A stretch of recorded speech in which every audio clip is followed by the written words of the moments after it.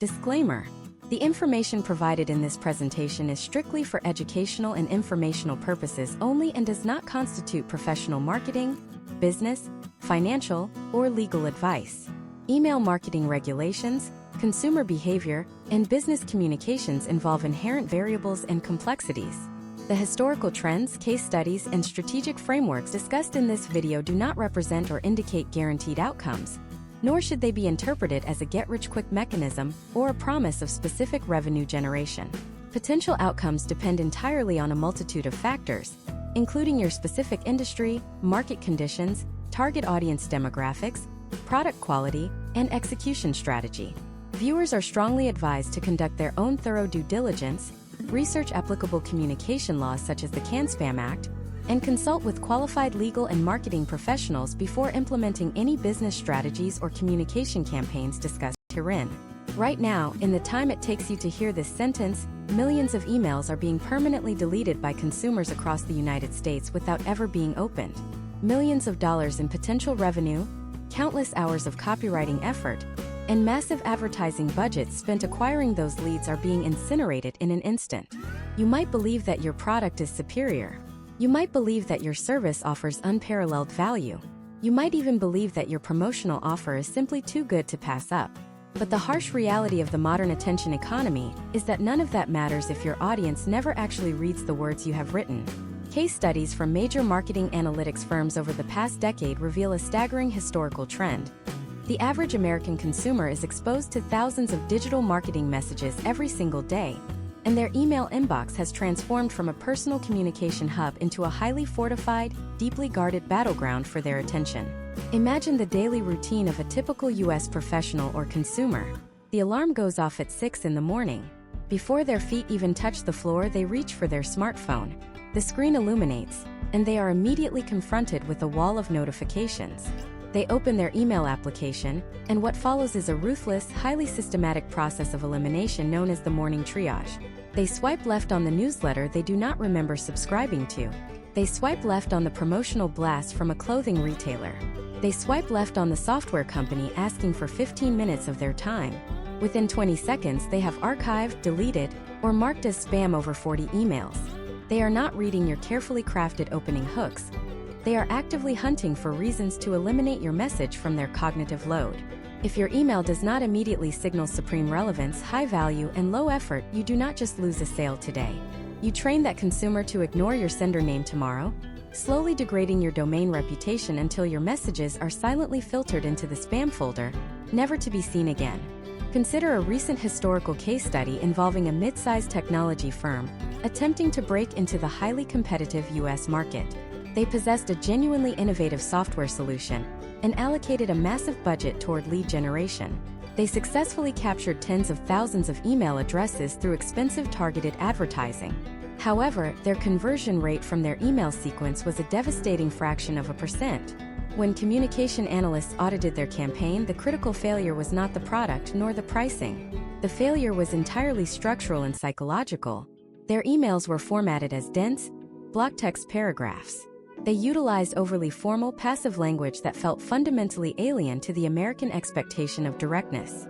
They buried the core value proposition at the bottom of the third paragraph, requiring the reader to expend mental energy just to figure out why they were being contacted in the first place. The firm was speaking the wrong cultural language. They assumed that because a lead opted in, the lead owed them their attention. But in the United States consumer market, attention is never owed. It is fiercely rented second by second, word by word. There is a precise psychological architecture to the emails that actually survive this brutal morning triage. There is a specific visual hierarchy, a calculated rhythm of syntax, and a distinct cultural tone that separates the messages that generate engagement from the messages that generate immediate resentment. Some of the most successful direct-to-consumer brands and business-to-business organizations have mastered a counterintuitive approach to written communication that bypasses the consumer's natural skepticism. They use structural formatting that makes reading feel effortless. They utilize subject lines that do not just manufacture cheap curiosity, but actually align with the immediate, pressing internal dialogue of the recipient. What if I told you that by simply altering the visual white space in your email and shifting the placement of a single sentence, historical data suggests you could observe a fundamental shift in how long a user stays engaged with your message? There is a highly specific framework that bridges the gap between being perceived as a nuisance and being welcomed as a trusted advisor. But to understand it, we have to completely deconstruct everything you have likely been taught about corporate communication. In this comprehensive deep dive, we are going to systematically unpack the anatomy of a high-performing email design specifically for the unique psychological landscape of the United States consumer and corporate professional. This is not about superficial tricks or manipulative copywriting hacks that temporarily inflate open rates while destroying long-term trust. This is a meticulous exploration of human behavioral psychology, translated into digital text. We will explore the vital differences in communication expectations between business-to-business outreach and direct-to-consumer marketing. We will analyze the historical trends of successful campaigns to understand exactly how to format your text for the mobile screen, where the vast majority of initial email triage occurs. You will discover the fundamental principles of cognitive ease and why the visual layout of your message is often judged before a single word is actually comprehended. We will dissect the 3 crucial elements that determine the fate of your email before it is even opened: the sender name, the subject line, and the highly misunderstood pre-header text. By examining real-world case studies of communication failures and triumphs, we will map out the exact progression of thought your reader must experience to move from a state of distraction to a state of focused interest.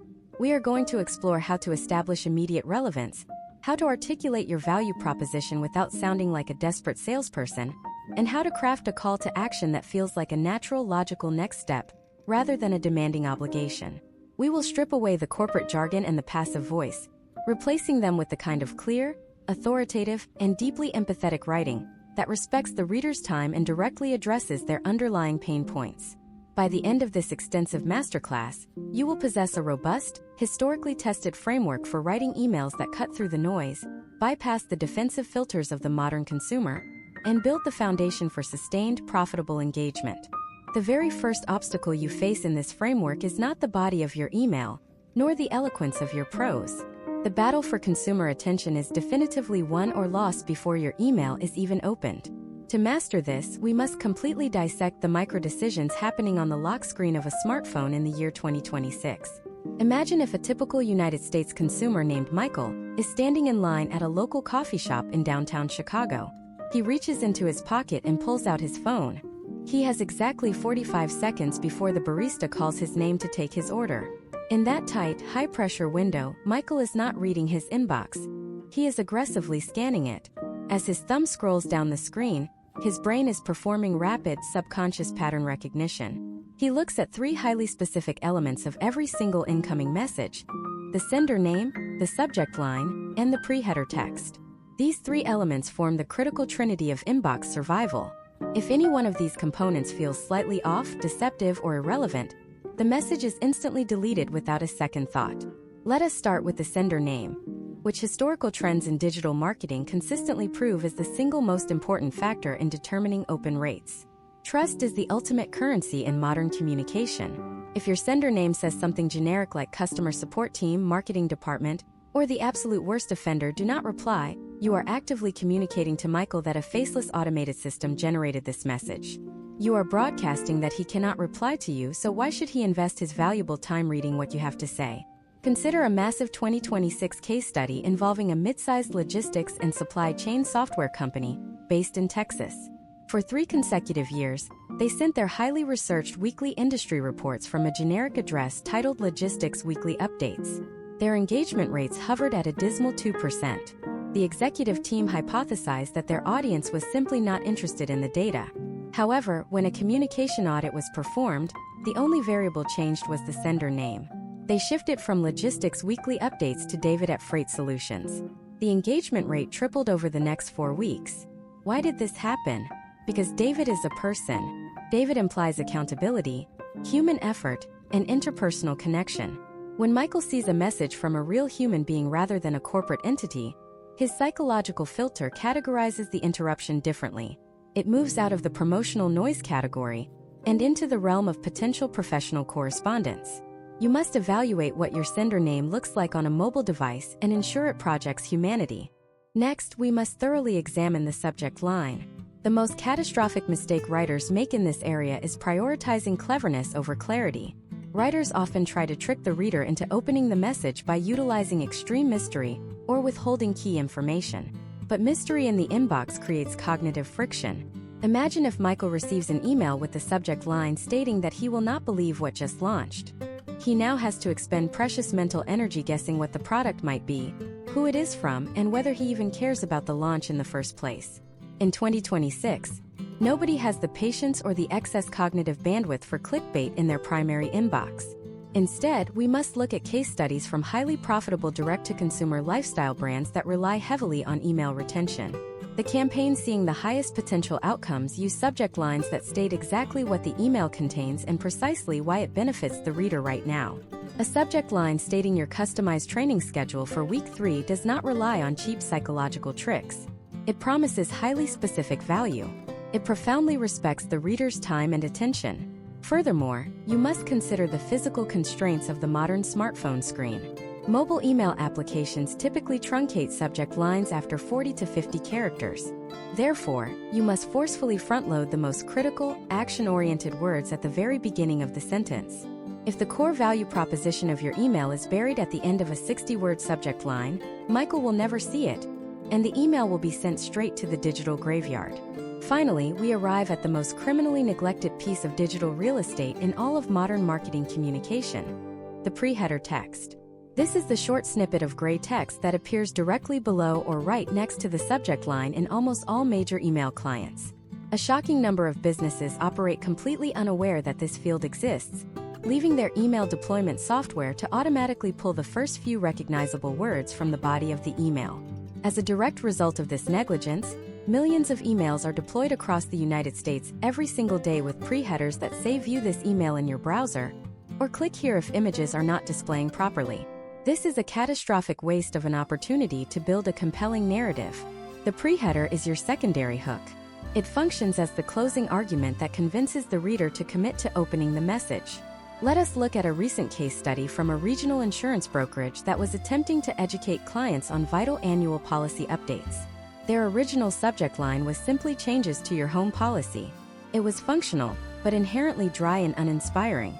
Because they ignored the pre-header, the automatic text pulled from the email template read, "To ensure delivery, please add us to your address book." The email was widely ignored by their client base.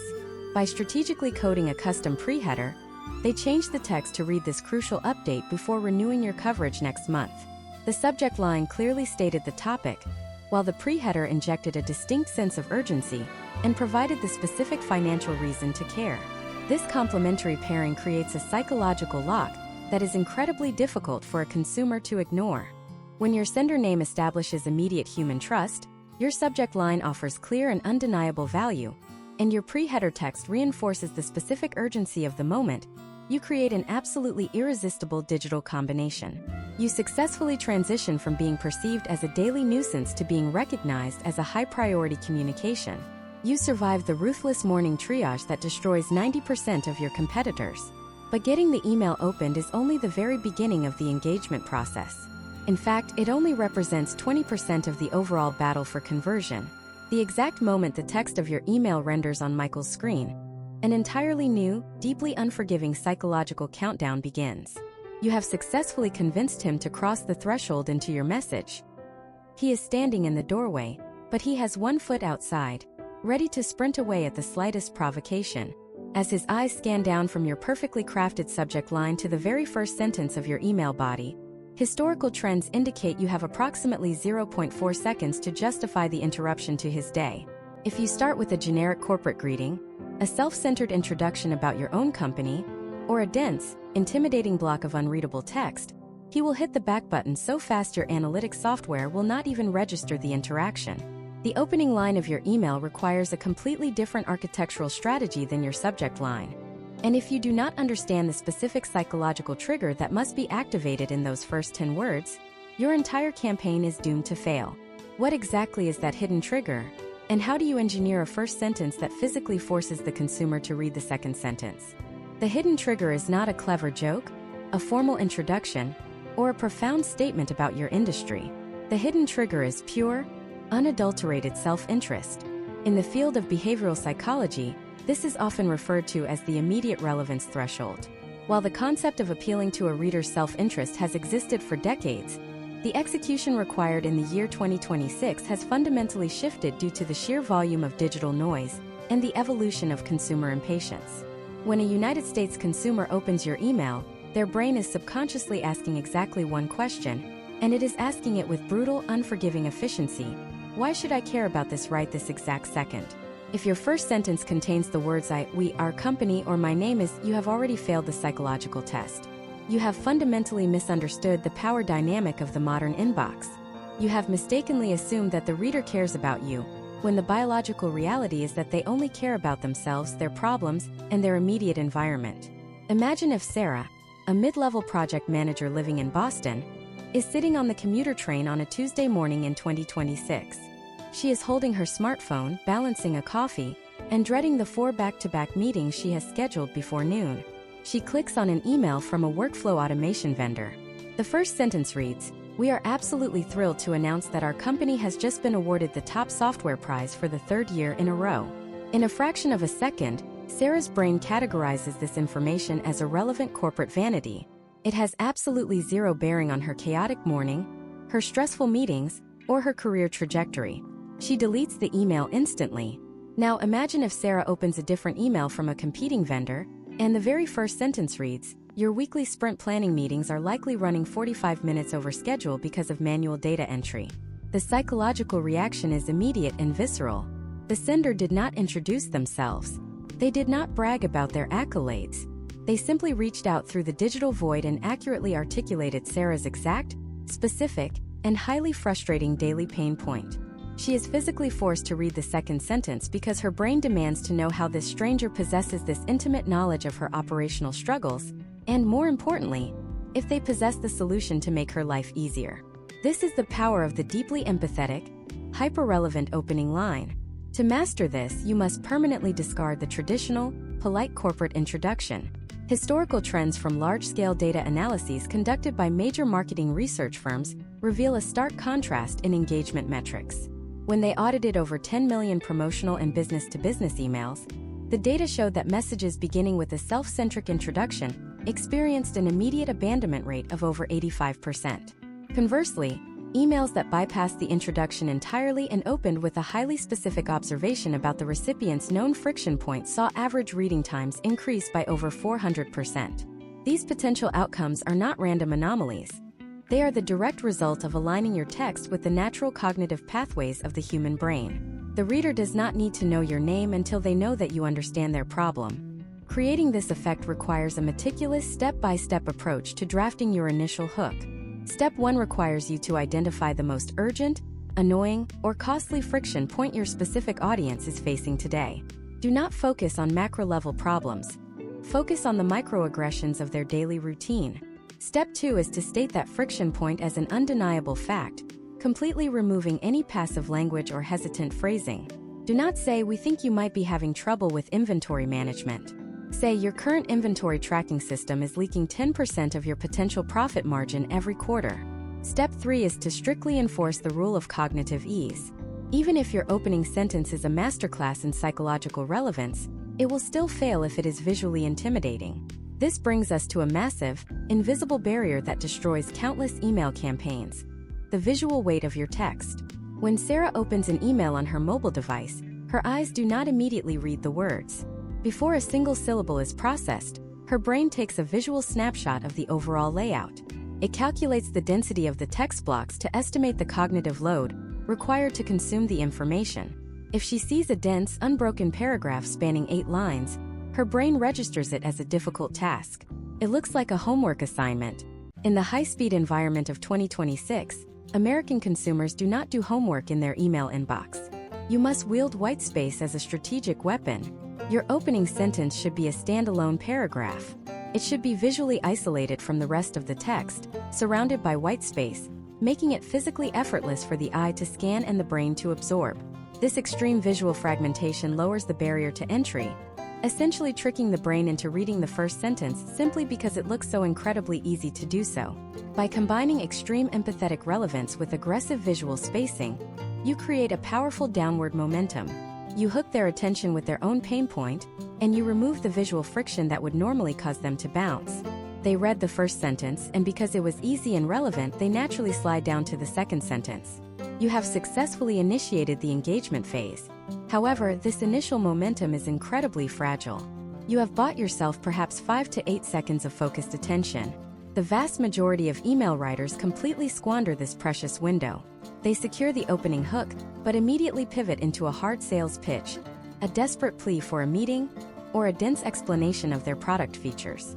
The moment the reader senses a sudden shift from empathy to extraction, their defensive walls slam back down, and the email is deleted. To keep them reading, you must construct a seamless, psychologically invisible bridge between their problem and your proposed solution. You must agitate the pain without sounding manipulative, and introduce your value proposition without sounding like a desperate salesperson. There is a precise structural framework for this middle section, a specific sequence of transitional phrases that historically prevents the reader from abandoning the message halfway through. How do you construct this invisible bridge? And what are the exact words that keep a skeptical US consumer thoroughly engaged all the way down to the final paragraph? The invisible bridge you must construct is founded on a psychological concept known as validated escalation. When a reader encounters a sudden jarring shift from a statement about their personal pain point directly into a corporate sales pitch, their brain immediately registers a threat. They realize they have been manipulated into paying attention. To prevent this defensive reaction, your second and third sentences must serve as a continuation of their internal monologue. You have already identified their problem in the opening line. Now you must validate why that problem is so incredibly difficult to solve using conventional methods. You must prove to them that you are not just a spectator to their frustration, but an active student of their industry. Historical trends in business communication reveal that the most successful email marketers do not rush the pitch. They linger in the problem space just a few seconds longer than their competitors. They articulate the secondary consequences of the initial pain point, effectively holding a mirror up to the reader's operational reality. Imagine if Robert, a regional logistics director operating out of Atlanta in the year 2026, opens an email. The first sentence accurately hooks him by identifying that his cross-country freight routing is likely experiencing a 12% delay rate due to recent infrastructure updates. If the very next sentence says that our company has the best routing software on the market, Robert is gone. The email is deleted. But imagine if the second sentence instead points out that most directors are currently attempting to patch these routing delays using legacy mapping software, which only creates a secondary bottleneck when the dispatch data inevitably fails to synchronize with the drivers on the road. Robert is no longer just reading an email. He is experiencing a profound moment of professional recognition. The writer has not only identified his primary headache, but has also accurately described the exact, frustrating, and inadequate workaround Robert spent his entire morning trying to fix. This is the invisible bridge. It transitions the reader from passive observation to active agreement. Robert is now nodding his head at his smartphone screen. There is a critical distinction, however, between agitating a problem and manipulating the reader through fear. In the highly sophisticated digital landscape of 2026, United States consumers possess an incredibly low tolerance for fear-based marketing tactics. Attempting to scare a prospect into action by exaggerating the consequences of their current situation will almost always backfire, triggering spam filters and permanently damaging your brand reputation. A comprehensive case study involving a prominent financial compliance firm demonstrates this perfectly. The firm initially launched an outreach campaign utilizing emails that warned prospective clients they were hemorrhaging capital and facing imminent regulatory audits if they did not immediately overhaul their accounting systems. The response rate was virtually non-existent, and their domain authority plummeted as recipients flagged the aggressive messages as spam. Upon auditing the campaign, analysts completely rewrote the middle section of the emails. Instead of weaponizing fear, they utilized clarity. The revised emails simply observed that the prospect's current tax reporting structure was likely built for a previous era of regulatory requirements, and that maintaining those outdated systems in the current financial climate required an unnecessary expenditure of billable hours. The potential outcomes of this subtle shift were massive, resulting in a historically unprecedented surge in positive replies. The firm stopped acting like an alarm bell and started acting like a diagnostic partner. Once you have successfully validated the problem and clearly articulated why the conventional workarounds are failing, you have earned the right to introduce your value proposition. But even at this advanced stage of the email, You must resist the overwhelming urge to dump a list of product features onto the screen. Features require the reader to perform mental translation. If you tell a prospect that your software utilizes a dual-sync cloud architecture with automated load balancing, you are forcing their brain to translate that technical jargon into a tangible business benefit. The invisible bridge requires you to do the translation for them. You must present your solution entirely through the lens of their achieved outcome. You do not introduce your product. You introduce the new reality your product creates. You transition by utilizing outcome-focused language.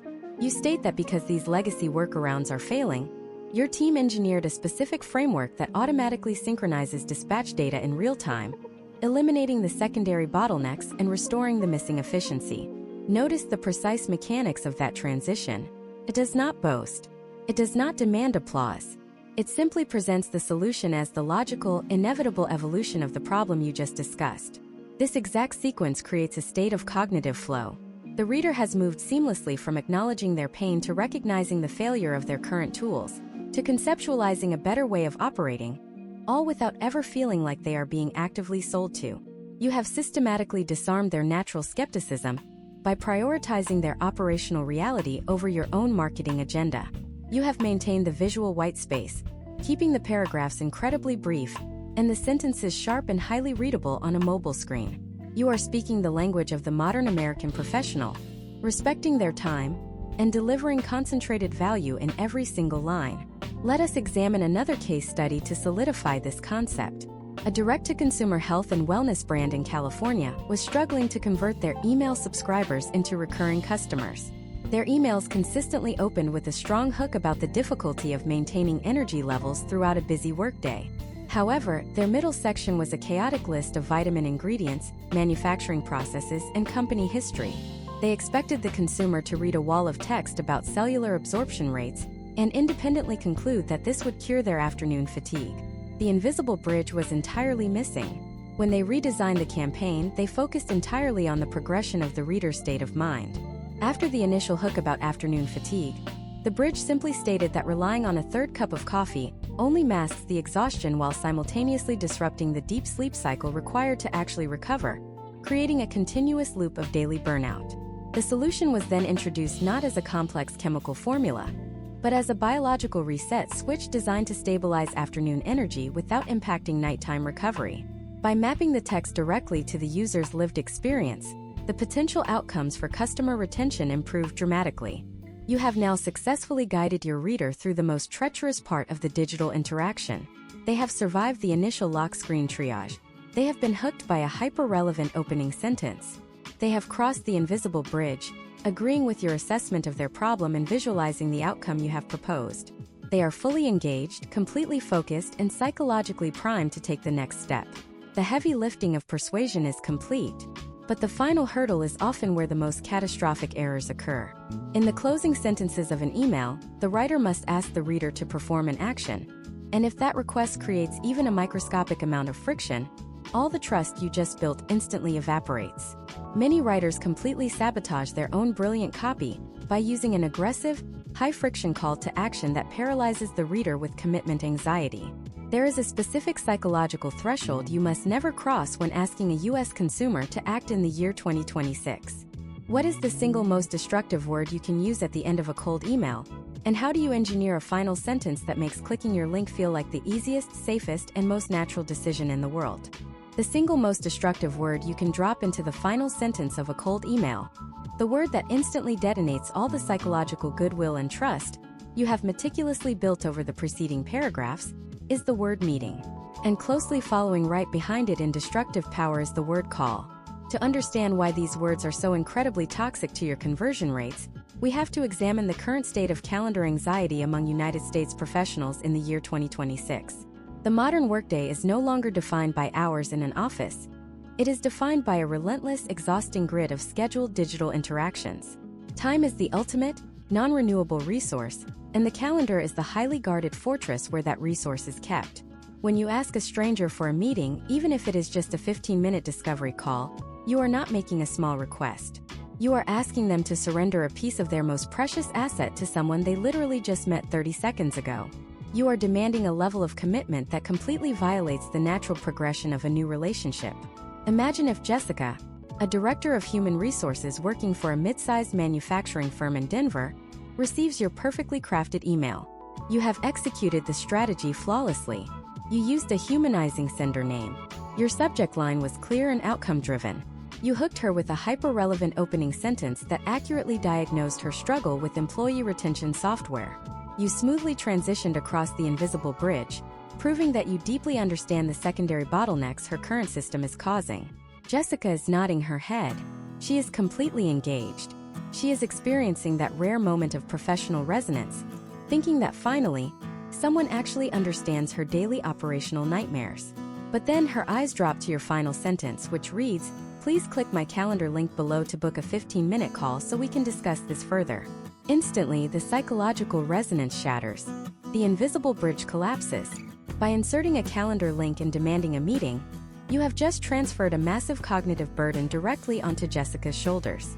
You are no longer offering a solution, you are assigning her homework. To fulfill your request, she must now click away from her inbox, open a third-party scheduling application, open her own heavily congested corporate calendar, cross-reference the two schedules to find an overlapping window, fill out a form with her contact information, and mentally commit to a future conversation where she knows she will be aggressively sold to. This represents a monumental spike in behavioral friction. Her brain instantly calculates that the effort required to book this meeting far outweighs the unproven value of your proposed solution. The perceived risk is simply too high. Jessica closes the email, intending to look at it later when she has more time, but in the fast-paced ecosystem of 2026, later actually means never. The email is buried, and the opportunity is permanently lost. Historical trends derived from millions of business-to-business and direct-to-consumer email interactions demonstrate a radical shift in how the most profitable campaigns handle the closing sequence. They have completely abandoned the traditional call to action in favor of a much more sophisticated psychological mechanism known as the call to interest. A call to interest does not ask the recipient for their time, their money, or their calendar availability. It asks them for exactly one thing: permission to continue the conversation. It lowers the behavioral friction to absolute zero by requiring nothing more than a simple yes or no response. Let us look at a comprehensive case study from a commercial real estate technology startup based in Miami. For their entire first year of operation, their outbound sales team ended every single email with a direct request for a product demonstration. Their conversion rate from email to booked meeting was a catastrophic 0.5%. Their sales pipeline was completely starved. When communication analysts restructured their campaign, they left the entire body of the email untouched, but fundamentally altered the final sentence. Instead of asking for a 30-minute demonstration, they changed the closing line to ask, "Are you open to me sending over a 2-minute video showing exactly how this works?" The potential outcomes of this single microscopic shift in phrasing were staggering. Their positive reply rate skyrocketed by over 600% within the first month. Why did this historical trend reverse so dramatically? Because watching a 2-minute video is a low-risk, asymmetrical bet for the recipient. It does not require them to check their calendar. It does not require them to speak to a salesperson. It allows them to consume the information asynchronously, completely on their own terms, safely behind the protective barrier of their screen. By asking for interest instead of time, the startup effectively bypassed the recipient's natural commitment anxiety. To engineer a final sentence that makes engaging with you feel like the easiest, safest, and most natural decision in the world, you must follow a strict, 3-step psychological framework. Step 1 is the complete and permanent removal of all calendar links from your initial outreach. Never force a cold prospect to do the administrative labor of scheduling.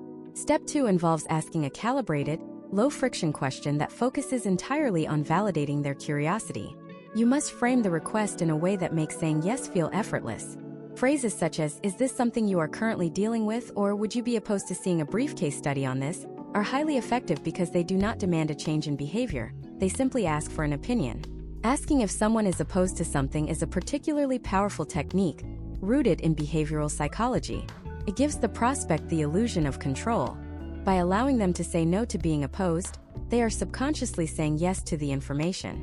Step 3 is the application of the ultimate friction-reducing mechanism, the psychological safety net. This involves explicitly giving the prospect permission to decline your offer without any social awkwardness. By adding a simple phrase like, "If not, no worries at all," or "completely understand if this is not a priority right now," you instantly neutralize any lingering pressure. You communicate that you are a peer offering value, not a desperate salesperson begging for quota. This counterintuitive approach of pushing the prospect away actually pulls them closer. It demonstrates profound emotional intelligence and deep respect for their autonomy. When a United States consumer in 2026 reads an email that clearly understands their problem, offers a logical solution, and then gently asks for permission to share more information while explicitly offering a guilt-free exit, the perceived threat level drops to zero. Replying to that email with a simple "sure, send it over" becomes the most natural, frictionless action they will take all day. You have now mastered the psychological architecture of the email itself. You know exactly how to optimize the sender name to project humanity. You understand how to engineer a subject line and pre-header text that survives the ruthless morning triage. You know how to hook the reader with immediate, empathetic relevance, construct an invisible bridge that validates their pain, and execute a low-friction call to interest that practically guarantees a positive response. You possess the exact structural blueprint to write emails that cut through the noise and command attention. You meticulously draft the perfect campaign, load it into your deployment software, and hit send, expecting a flood of engaged responses. But 24 hours later, your analytics dashboard reveals a terrifying reality. Your open rate is sitting at an abysmal 2%. No one is clicking your links. No one is replying. The emails are not being rejected by the consumers. They are never even reaching them.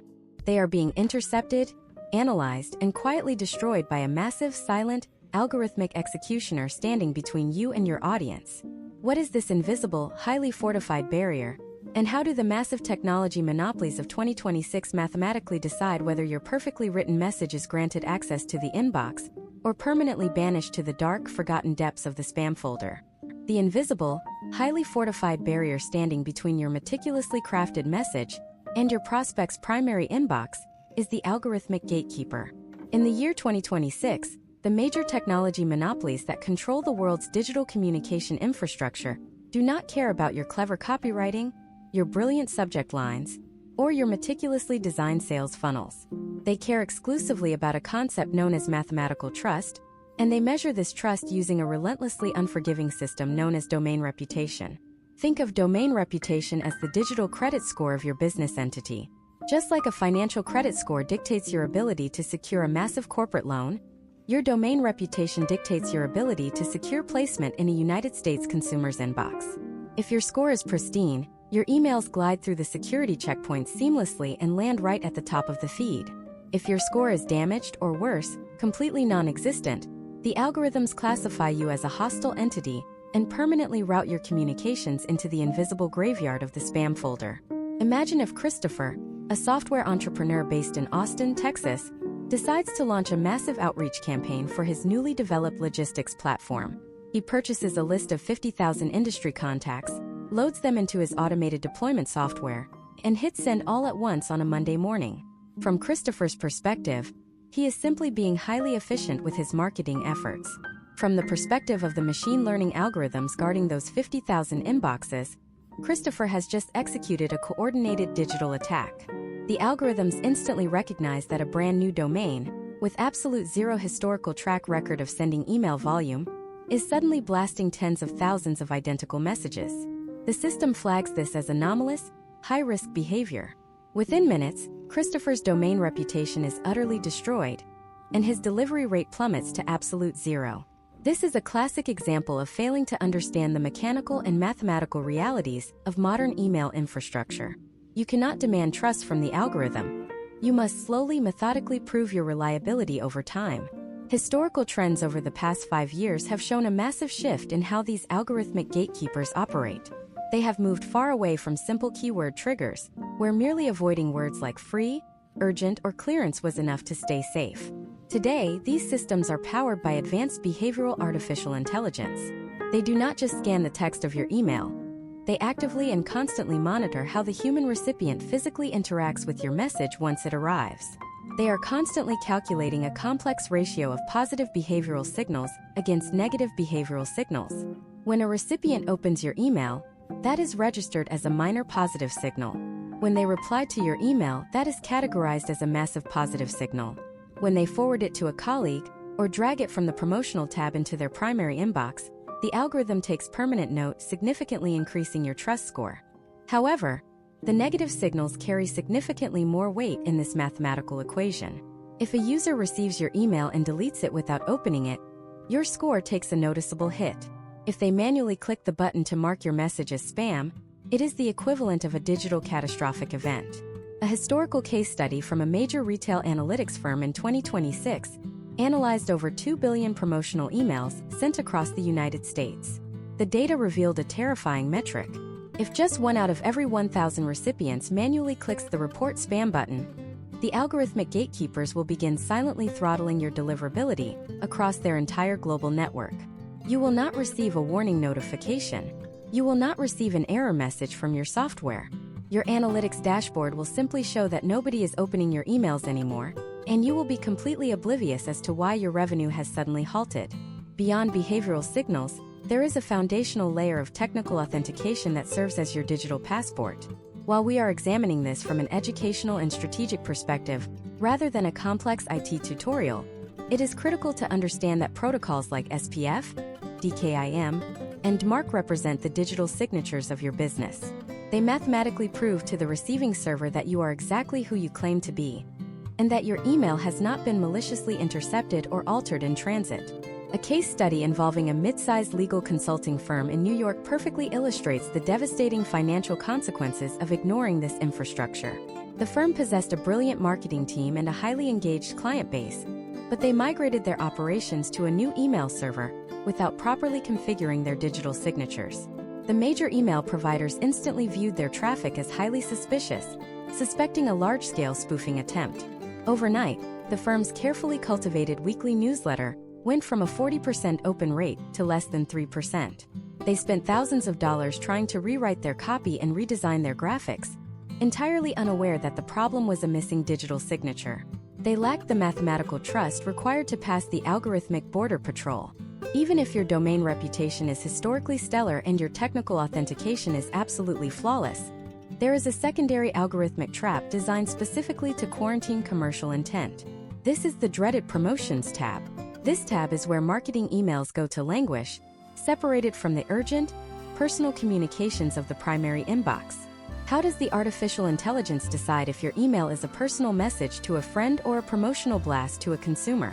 It analyzes the structural composition and visual weight of the email itself.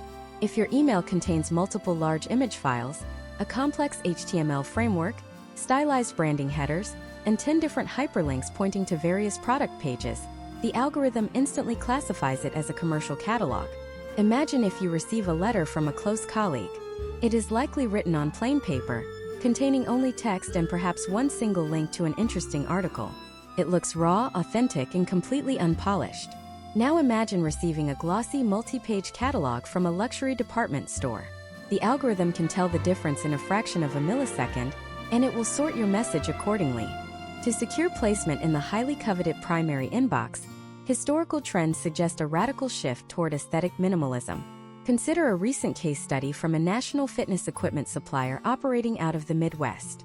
For years, they utilized heavily designed, visually stunning email templates filled with high-resolution photography and bright, graphic buttons.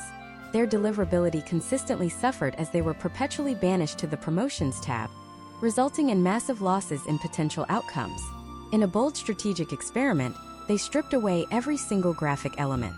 They removed the HTML formatting entirely, deleted the corporate logo from the header, and reduced the email to plain, unformatted text containing only one single, simple hyperlink. It looked exactly like an email you would receive from a coworker typed out on a mobile phone. The potential outcomes of this minimal approach were extraordinary. By perfectly mimicking the structural anatomy of a personal one-to-one communication, they successfully bypassed the commercial filters entirely. Their primary inbox placement rate soared to 95%, resulting in a historically unprecedented surge in audience engagement and ultimately, consistent revenue generation. You must rigorously protect your domain reputation, secure your digital passport, and strip away the heavy commercial formatting that triggers the algorithm's defensive quarantine. When you master these invisible mechanics, your mathematically trusted, Psychologically optimized emails will successfully land in the primary inbox of your target U.S. consumer. They will see your humanized sender name. They will be hooked by your relevant subject line. They will open the message and glide effortlessly across your invisible bridge. But this creates an entirely new, highly volatile challenge. You have successfully captured their attention and earned their trust, but eventually, you must introduce the cost of your solution. You must talk about money. The exact moment a United States consumer senses a financial transaction is imminent, their deepest, most primitive psychological defense mechanisms are instantly activated. How do you present your pricing, your fees, or your core financial offer without instantly triggering paralyzing sticker shock? What is the exact psychological framework for neutralizing price resistance before the prospect even has a chance to object? The exact psychological framework for neutralizing price resistance before the prospect even has a chance to object is rooted in a behavioral economics concept known as strategic contextual anchoring. When a United States consumer in the year 2026 reads an email and suddenly encounters a raw dollar amount, their brain instantly panics if that number is not tethered to a pre-established, significantly larger financial reference point. A price presented in an absolute vacuum is always perceived as expensive. If you simply state that your software implementation costs $10,000, the reader's immediate subconscious reaction is to protect their capital. They view that $10,000 as a profound loss. They picture that money leaving their bank account, and the psychological pain of that imagined loss completely overrides the logical benefits of your product. To successfully introduce pricing in a cold or warm email, you must never allow the prospect to evaluate your fee in isolation. You must deliberately build a financial frame of reference that makes your price appear not as an expense, but as a heavily discounted rescue operation. Imagine if William, a regional director of operations for a mid-sized logistics fleet in Seattle, receives your email. You have diagnosed his problem flawlessly, pointing out that his current dispatch routing system is creating a 12% fuel inefficiency across his entire fleet. William is engaged. He sees the invisible bridge, but then you drop the price. You tell him your new artificial intelligence routing platform costs $4,000 a month. If you stop there, William experiences immediate sticker shock. $4,000 feels like a massive new line item on his already strained budget. He deletes the email. Now, imagine if you restructure that exact same financial offer using strategic contextual anchoring. Before you ever mention the $4,000, you remind William of the mathematical reality of his current situation. You calculate the cost of the problem. You state that based on historical trends in the logistics sector in 2026, a 12% fuel inefficiency on a fleet of his size typically bleeds approximately $15,000 in wasted capital every single month. You let that $15,000 number anchor itself in his mind. It is a massive, painful number. Only then do you introduce your fee. You explain that your platform stops that specific $15,000 leak for a deployment fee of just $4,000. The psychological transformation that occurs in William's brain is absolute. You did not just ask him to spend $4,000. You offered him a mechanism to immediately rescue $11,000 of net profit that he is currently losing every 30 days. The price is no longer an expense. It is a highly logical financial defense mechanism. The $4,000 is dwarfed by the massive anchor of the $15,000 problem. This is how sophisticated writers neutralize price resistance. They do not hide the price and they do not apologize for it.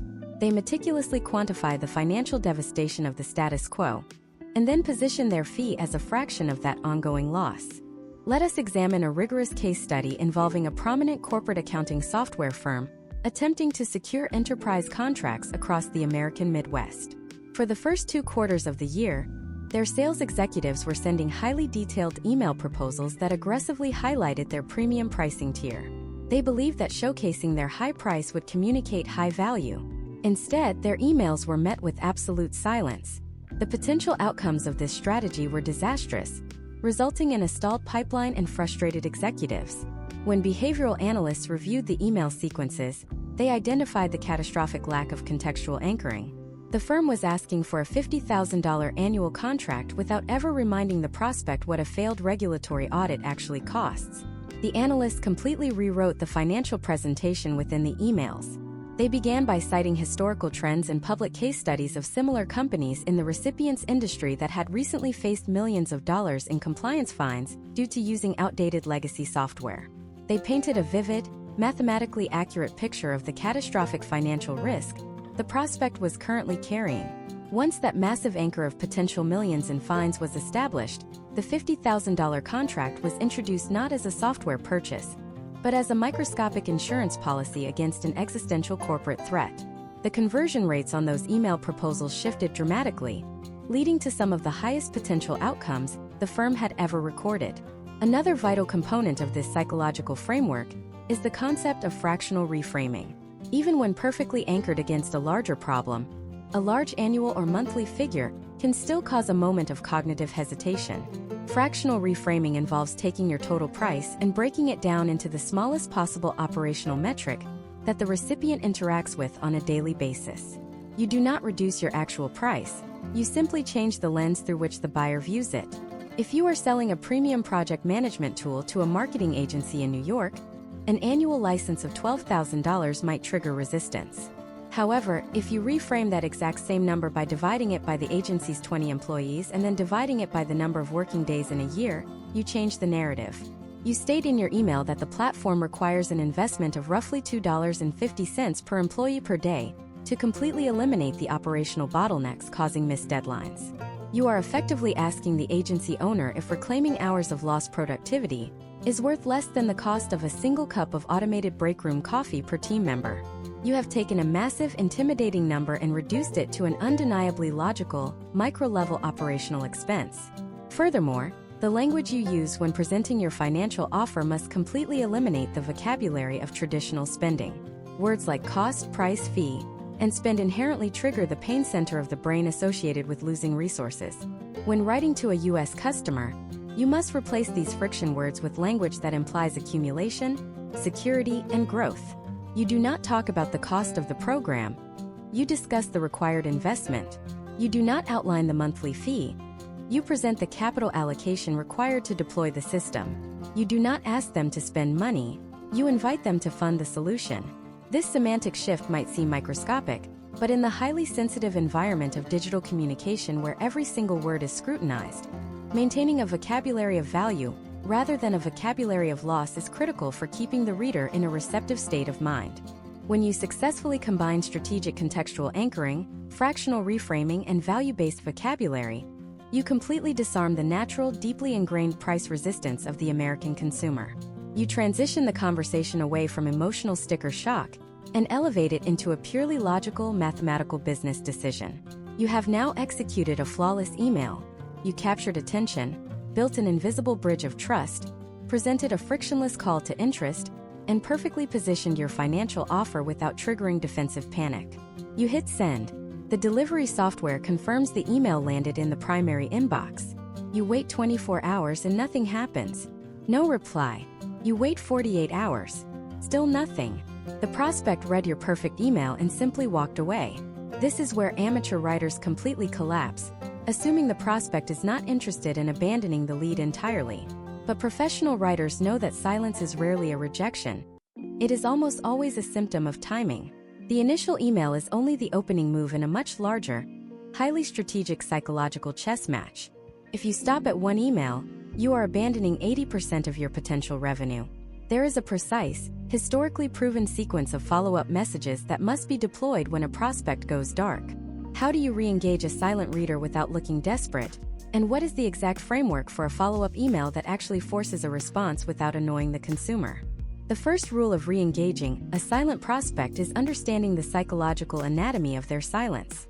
In the hyper-connected, high-speed corporate landscape of the United States in the year 2026, silence almost never means a definitive and permanent no. Simply means not right now. When you send a perfectly crafted email, you are injecting your agenda into the middle of someone else's chaotic reality. Imagine if Thomas, a vice president of sales at a mid-sized manufacturing firm in Chicago, reads your email on a Tuesday morning. Your subject line worked perfectly. He opened the message, crossed the invisible bridge, and thought to himself that your solution actually sounds highly relevant to his current operational struggles. He fully intends to reply, but at that exact moment, his communication platform lights up with urgent messages from his executive team. His calendar reminds him of a mandatory board meeting starting in exactly 3 minutes, and a critical supplier calls his mobile phone to announce a massive shipping delay. Your email is instantly pushed down the psychological hierarchy of his day. By the time he finishes putting out fires at 6 in the evening, your message is buried under 80 other newly arrived emails. Thomas did not reject you. He simply ran out of cognitive bandwidth. If you interpret his silence as rejection and walk away, you are abandoning a completely qualified lead simply because you do not understand the mechanics of modern digital distraction. However, the way most amateur writers attempt to solve this problem is actually worse than walking away. The absolute most destructive follow-up email you can ever send to a United States professional is the classic checking-in message. You have undoubtedly seen these and you have likely sent them. They usually consist of a single pathetic sentence saying something along the lines of, "Just floating this to the top of your inbox," or "Wanted to circle back and see if you had any thoughts on my previous message." These emails are a catastrophic failure of empathy. When you send a checking-in email, you are acting as a digital debt collector. You are subtly communicating to the prospect that they owe you a response, and you are here to collect it. You add absolute zero value to their day. And instead, you transfer the emotional burden of the conversation entirely onto their shoulders. You force them to reread the previous email, remember who you are, figure out why you are bothering them again, and manufacture an excuse for why they did not reply the first time. This creates immediate resentment and profound guilt. In 2026, American consumers do not buy from people who make them feel guilty. They instantly delete the message and permanently categorize your domain as an annoyance. To engineer a follow-up sequence that actually forces a response without annoying the consumer, you must adopt a framework based on relentless value deposition. Every single subsequent email you send must justify its own existence entirely independently of the first email. You cannot demand a response to your previous message. You must earn a response to your current one. This is achieved through a strategy known as contextual value injection. Instead of asking if they read your last email, you introduce a completely new, highly specific piece of information that makes their problem feel even more urgent. Let us examine a rigorous case study involving a cybersecurity consulting firm based in Atlanta that was targeting regional healthcare providers. Their initial outreach campaign suffered from a massive drop-off rate after the first email. Their standard follow-up sequence was a generic 3-part automated loop of checking in messages. Their conversion rate from these follow-ups was statistically zero, and their domain reputation was taking a severe beating from spam complaints. When communication analysts audited their strategy, they completely eradicated the checking-in language. The new Day 3 follow-up email completely ignored the fact that the prospect had not replied. Instead, the firm used an insight pivot. The new email stated that based on a newly released 2026 federal compliance report, mid-sized healthcare clinics in their specific region were experiencing a 40% increase in targeted ransomware attacks this month alone. It then provided a single actionable sentence on how their firm recently insulated a similar clinic from this exact vulnerability. The email closed with a frictionless call to interest, asking if the prospect was opposed to reviewing a one-page summary of that specific defensive protocol. The potential outcomes of this shift were phenomenal. The firm saw a historically unprecedented surge in replies from prospects who had completely ignored the first email. The firm stopped acting like a nuisance and started acting like an indispensable industry resource. The psychological mechanics of the insight pivot are brilliant because they re-engage the prospect's attention without triggering defensive guilt. You are not scolding them for their silence. You are rewarding them with new, hyper-relevant market intelligence. If the prospect remains silent after this second attempt, you must escalate the value deposition even further in your third touchpoint, typically sent around Day 7. This is where you deploy the micro-case study framework. You do not talk about your company or your software features.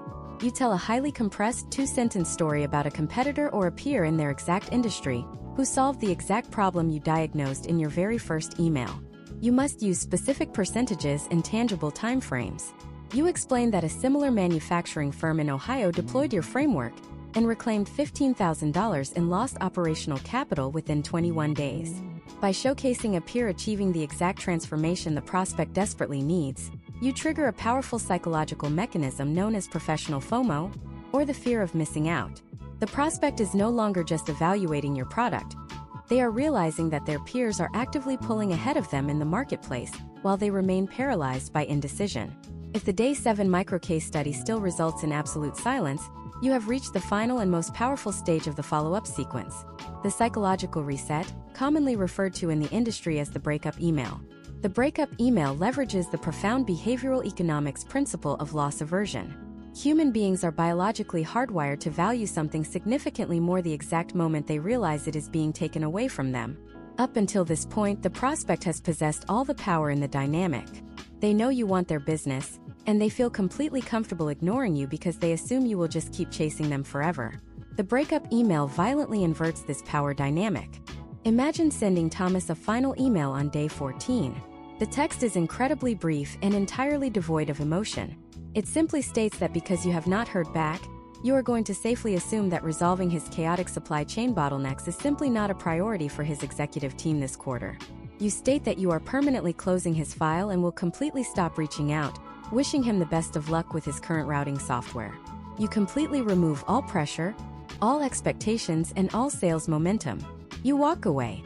Historical trends across massive data sets of business-to-business communications reveal a staggering reality. The elegantly crafted breakup email consistently generates the highest positive reply rate of any single email in an entire sequence. Why does this happen? Because you have suddenly activated Thomas's loss aversion. You took away his option to delay the decision. By formally stating that you are walking away, you force him to make an immediate binary choice. He must either let a potentially valuable solution disappear forever, or he must immediately reply to stop you from leaving. In the high-stakes environment of 2026 corporate America, executives despise losing access to highly competent resources. Thomas replies, "Now you have executed a masterclass in digital persistence. You have a multi-touchpoint sequence that delivers relentless value, elegantly maneuvers around cognitive overload, and scientifically forces a response." Your inbox suddenly lights up. The prospect you have been strategically nurturing for 2 weeks finally replies to your email. You open the message, expecting a polite request for a 2-minute video or a simple confirmation of interest. But instead, the prospect has sent back a brutal, highly aggressive, and deeply skeptical objection. They state that your proposed timeline is completely unrealistic, your software integration sounds impossibly complex for their legacy systems, and they are already locked into a multi-year contract with your absolute biggest, most heavily funded competitor. The invisible bridge is seemingly on fire. How do you systematically diffuse this sudden hostility, completely dismantle their deepest, most logical objections, and successfully execute a counterintuitive psychological technique that actually turns the existence of your massive competitors into your single greatest selling point? The exact psychological technique you must deploy to dismantle a hostile, deeply skeptical response is known as strategic validation combined with competitive judo. When a United States professional in the year 2026 replies to your cold outreach with an aggressive list of logical objections, they are entirely expecting you to do what every other amateur salesperson does: get defensive, argue with their premise, and attach a massive unreadable PDF document full of technical specifications to prove them wrong. The moment you push back against their hostility, you validate their initial assumption that you are just another desperate vendor trying to force a square peg into a round hole. To immediately neutralize their defensive posture, you must execute a maneuver that communication psychologists refer to as the empathy shock. You must aggressively, almost uncomfortably, agree with their core premise. You do not argue. You lean entirely into their skepticism and validate it as a sign of supreme professional competence. Imagine if Amanda, the chief operations officer of a massive regional healthcare network in Dallas, Texas, replies to your meticulously crafted follow-up sequence. Her email is brutal. She states that your proposed implementation timeline of 3 weeks is a complete fantasy, that your software will never integrate cleanly with their deeply entrenched, decade-old legacy database, and most importantly, that she is already locked into an ironclad, multi-year contract with Apex Global Systems, the largest and most heavily funded enterprise software monopoly in the United States. A novice writer reads that email and immediately gives up, assuming the lead is dead. A professional writer reads that email and recognizes it for what it truly is: a massive buying signal disguised as a stress test. Amanda is not ignoring you. She is actively engaging with you. She has taken the time to list her operational fears, which means she fundamentally wants you to prove that you can solve them. Your reply to Amanda must begin with the empathy shock. You do not begin by defending your timeline. You open the email by stating that based on the current landscape of enterprise software in 2026, her skepticism is not only valid, but it is the exact reason she is a highly effective executive. You state clearly that anyone promising a frictionless overnight integration with a 10-year-old healthcare database is either dangerously inexperienced or actively lying.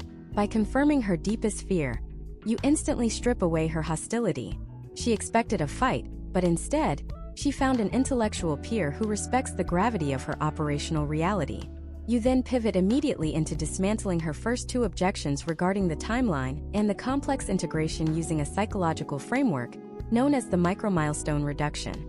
You explain to Amanda that you completely agree a full-scale digital transformation takes months, which is exactly why your firm does not do full-scale transformations. You meticulously reframe the scope of the engagement. You clarify that the 3-week timeline you mentioned was never about ripping out her old system and replacing it. It was strictly about mapping a single isolated data pathway to solve the one specific bottleneck causing her the most financial pain right now. You reduce the massive, terrifying specter of an enterprise-wide software integration into a tiny, highly controlled, and completely reversible micro-experiment. Historical trends in business-to-business sales consistently demonstrate that when you shrink the perceived operational footprint of your solution, the executive's defensive anxiety decreases proportionally. You are no longer asking her to bet her career on a massive overhaul. You are simply asking her to authorize a tightly contained diagnostic test. But the true masterpiece of this email response is how you handle the final, seemingly insurmountable objection: the locked-in contract with Apex Global Systems. This is where you execute the competitive judo flip. The absolute worst mistake you can make in this moment is to insult Apex Global Systems or attempt to point out their flaws. If you attack the competitor, you are subconsciously attacking Amanda, because Amanda is the executive who authorized the purchase of that system in the first place. Insulting her past purchasing decisions will instantly destroy the invisible bridge of trust. Instead, you must use a strategy of specialized coexistence. You elevate the competitor, praising their broad capabilities, while simultaneously isolating their single critical weakness in a way that makes your product the only logical add-on. Let us look at a comprehensive case study from a specialized supply chain analytics firm operating out of Chicago. They were constantly losing deals because their prospects were already contracted with massive, all-in-one resource management monopolies. Their email reply rates to these objections were abysmal until they adopted the competitive judo framework. When a prospect claimed they were locked in with a giant competitor, the analytics firm completely stopped trying to position themselves as a replacement. Their new email response explicitly praised the giant competitor, stating that the monopoly software was historically the absolute best choice for broad, macro-level human resource tracking and general ledger accounting. However, they then executed the pivot. They pointed out that because the giant competitor is built to do absolutely everything for everybody, their architecture is fundamentally incapable of performing the highly granular, real-time micro-routing required to stop the specific fuel leakage the prospect was experiencing today. You apply this exact same framework to Amanda in Dallas. You reply by saying that Apex Global Systems is an incredible foundational platform, and she absolutely made the right call installing it for her macro-level patient data security. You validate her past decision, but then you point out that Apex is a bloated generalist. It is a massive cargo ship. It takes miles to turn. You position your software not as a competitor to Apex, but as a surgical high-speed speedboat designed to attach seamlessly to the side of her existing cargo ship to handle the fast, tactical maneuvers that Apex is simply too heavy to execute. You introduce the concept of the surgical add-on. You explicitly state that you do not want to replace her current contract. You want to protect the investment she has already made in Apex by plugging the one specific leak that Apex is structurally blind to. The potential outcomes of this hyper-specific psychological positioning are incredibly powerful. You have taken her biggest reason for saying no, her massive existing contract, and turned it into the exact foundational reason she needs to say yes to your supplemental tool. You have neutralized the threat of the complex integration by reducing it to a micro-milestone. You have diffused her hostility through the empathy shock. Amanda reads this response, and her entire defensive perimeter collapses. You have systematically outmaneuvered every single logical trap she set for you. She is no longer looking at a risky and proven vendor. She is looking at a highly strategic, incredibly self-aware partner who understands her tech stack better than her own internal IT department. She replies to your email, completely dropping her aggressive tone. She concedes the point.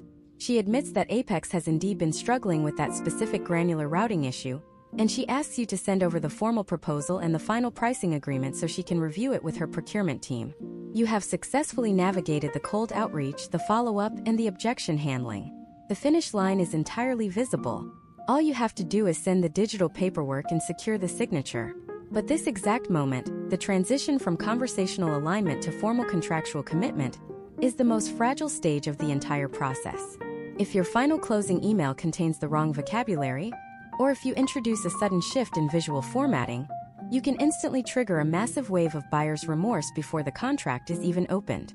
There is a deeply specific, historically proven architecture to the final closing email that completely neutralizes procurement friction and scientifically compels the executive to sign the document within hours, rather than weeks. What are the exact structural elements of the perfect closing email, and how do you prevent the prospect from suddenly ghosting you at the 1-yard line?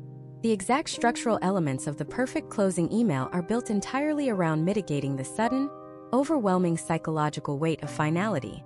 When a United States professional like Amanda receives an email containing a legal agreement in the year 2026, her brain fundamentally shifts from a state of collaborative problem-solving into a state of extreme risk aversion. She is no longer looking at the solution to her supply chain bottlenecks. She is looking at a legally binding document that could potentially cost her team capital, drain her political influence, and damage her personal reputation if the software implementation fails. This is the 1-yard line where the vast majority of digital deals mysteriously collapse. The prospect experiences a sudden spike in cognitive friction, decides they need more time to review the minute details, and accidentally pushes the initiative into the next fiscal quarter, which is a polite corporate synonym for never. To prevent Amanda from ghosting you at this hypercritical juncture, your closing email must not look, sound, or feel like a traditional legal handover. You must completely eradicate the intimidating vocabulary of standard procurement. The first structural element of the perfect closing email is the semantic downgrade. You must permanently remove words like contract, sign, execute, and binding from your final message. These traditional procurement words trigger the biological panic response associated with being legally trapped. Instead, you must use language that implies a fluid, continuous progression of the trusted relationship you have already built. You do not ask Amanda to sign the contract. You ask her to review the deployment paperwork. You do not ask her to execute the agreement. You ask her to authorize the initial onboarding phase. This subtle shift in terminology lowers the perceived barrier to entry, transforming a massive legal commitment into a simple administrative green light. You are conceptually shrinking the magnitude of the ask, making the financial transaction feel like a natural administrative step, rather than a terrifying leap into the unknown. The second structural element is the executive alignment summary. You cannot simply send an email that says, "Please find the agreement attached." That forces Amanda to do the mental heavy lifting of remembering exactly why she is spending this money in the first place, especially if a few days have passed since your last correspondence. Furthermore, Amanda rarely makes these decisions in a vacuum. She almost certainly has to forward your email to her chief financial officer, perhaps someone named David, for final budgetary approval. If David opens an email that just has a massive price tag and a blank legal document, he will immediately veto the expenditure. Your email must serve as a perfectly encapsulated micro-pitch that does the internal selling for her. You open the email by reiterating the exact mathematical anchor you established earlier in the campaign. You state, "Amanda, as we discussed, the attached deployment paperwork authorizes our engineering team to begin the micro-integration process next Tuesday, specifically targeting the granular routing leak that is currently costing your Dallas operation $15,000 a month." Notice the absolute precision of that sentence. It does not celebrate the sale. It reminds her of the bleeding, and it frames the attached document exclusively as the tourniquet. When David the CFO reads that forwarded sentence, he does not see an expense. He sees a highly logical operational rescue plan that pays for itself. Consider a comprehensive historical case study from a rapidly scaling corporate compliance software firm in New York. In the first quarter of 2026, they experienced an alarming 45% drop-off rate after verbal agreements were reached. Prospects were requesting the final pricing, receiving the emails, and then completely disappearing into the void. When behavioral analysts audited the firm's closing process, they discovered a catastrophic structural formatting error. The sales executives were sending massive, heavily branded emails with multiple heavy PDF attachments, dense legal addendums, and long paragraphs explaining the terms of service. It was visually exhausting and legally terrifying. The analysts completely restructured the closing protocol. They stripped away all heavy HTML formatting, returning to the plain text aesthetic that perfectly mimics internal, colleague-to-colleague communication. They removed all PDF attachments and replaced them with a single, highly secure digital authorization link. Most importantly, they inserted the executive alignment summary, giving the internal champion the exact financial justification needed to defend the purchase. The potential outcomes of this streamlined, friction-free approach were extraordinary. The time to close metric plummeted from an average of 14 days to less than 36 hours, and the finish line ghosting rate virtually disappeared. The third structural element involves frictionless formatting and the concept of the singular next step. When Amanda opens the email, there can be absolutely no ambiguity about what she is physically supposed to do. If you give a busy executive 3 options, they will inevitably choose 0. You do not ask her to review the document, share it with her legal team, and then schedule a kickoff call for next week. You provide one highly visible singular action. You state that once the digital deployment paperwork is authorized via the secure link below, your team will immediately provision her sandbox environment and send over the welcome sequence. You are selling the immediate gratification of the very next operational step. You are painting a vivid picture of forward momentum. You are silently communicating that the hard work of decision-making is officially over, and now your team is fully prepared to carry the operational burden on her behalf. Imagine if Amanda is sitting in a crowded airport terminal in Denver, waiting for a delayed outbound flight. She receives your final closing email on her smartphone.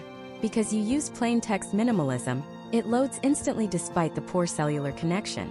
Because you used the executive alignment summary, she does not need to cross-reference her meeting notes.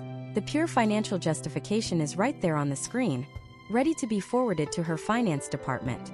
Because you used a single digital authorization link rather than a clunky, outdated PDF attachment, she does not need to download a file, find a desktop computer, print the document, sign it with a pen, scan it, and email it back.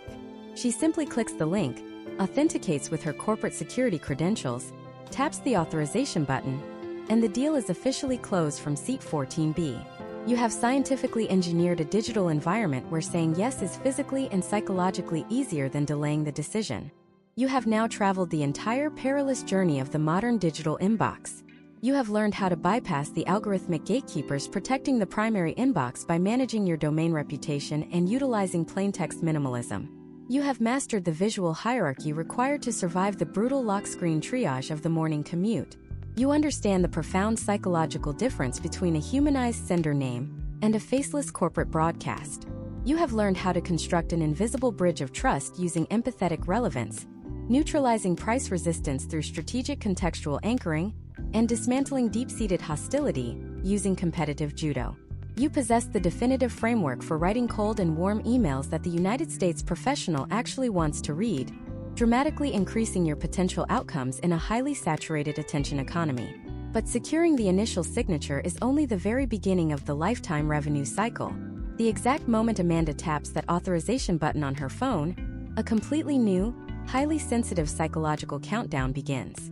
She has just handed over her company's capital, and now her brain expects immediate, flawless validation that she made the right choice. If your first post-sale communication is a generic, automated billing receipt from a do-not-reply address, massive buyer's remorse will instantly flood her system, leading to immediate distrust, difficult implementations, and early churn. The post-purchase window is the most emotionally volatile period of the entire customer journey. How do you design an onboarding email sequence that permanently locks in customer loyalty? And what is the exact operational blueprint for turning a highly skeptical first-time buyer into a lifelong brand evangelist who actively does your marketing for you?